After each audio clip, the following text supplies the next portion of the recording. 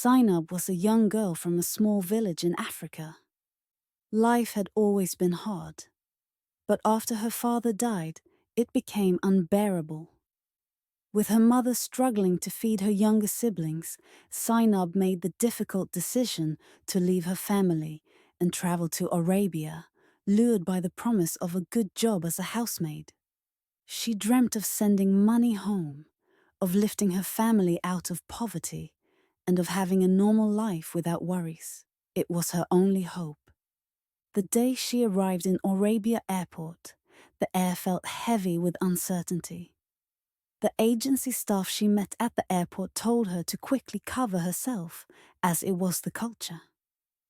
She was introduced to her employer, a man in his 40s with cold, distant eyes, who barely acknowledged her. He asked her to quickly follow him to the car. As they walked, Zainab hoped he had found a good family.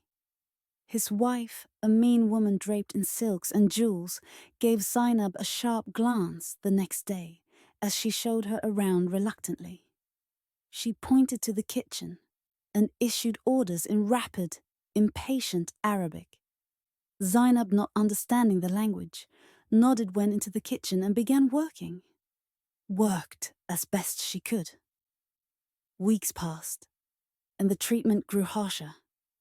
She worked from dawn until midnight in that big house, her hands raw and aching, her body weakened by exhaustion. She was given little food, and the insults hurled at her became crueler with every mistake. Sometimes she was struck for being too slow.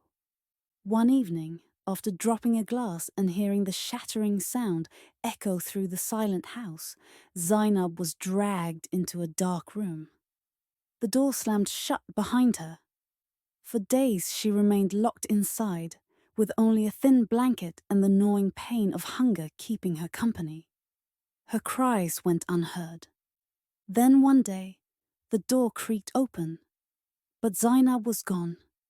Zainab's family back home stopped receiving her calls. They grew worried. Weeks turned into months, and no one could find her.